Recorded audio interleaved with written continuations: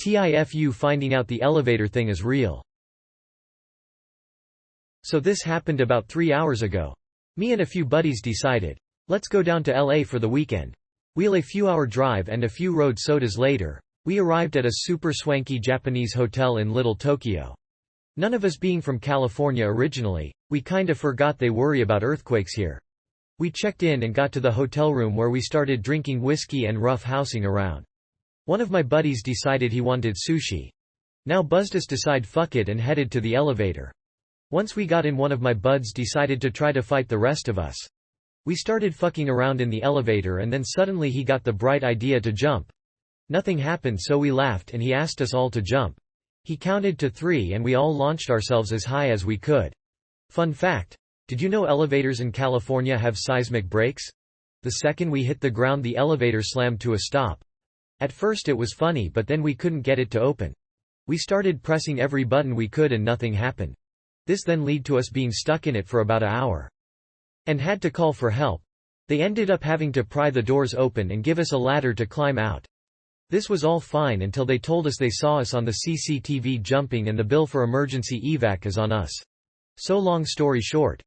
That thing they said when you were younger about breaking elevators by jumping. Well, fuck me, it's true, don't do it. TLDR. Went to a swanky hotel and tried jumping in the elevator.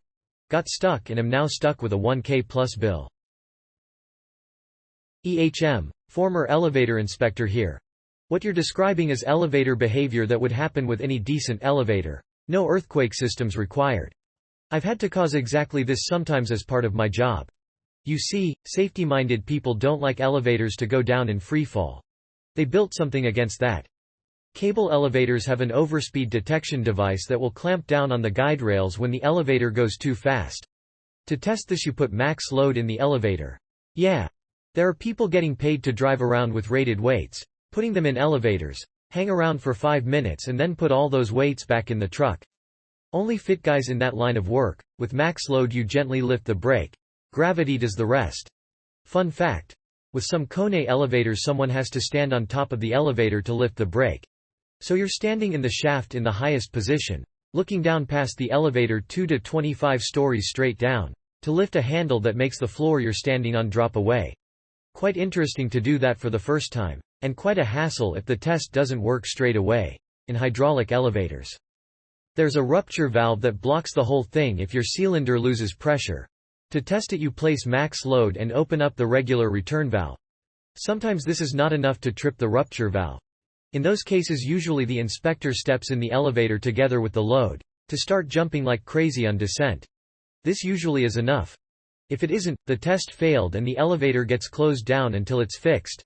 Have some fun stories from this, but as long as you keep your knees slightly bent at all times there's no real danger. Edit. Some fun stories here. That, I will grant you, is a fuck up. You got off lightly with the $1,000 bill. An elevator out of action for an hour. A member of staff coordinating your rescue. The rescue itself taking their time away, which may have been needed for an actual emergency. Make damn sure that everyone in your group pays their fair share. Win stupid prizes.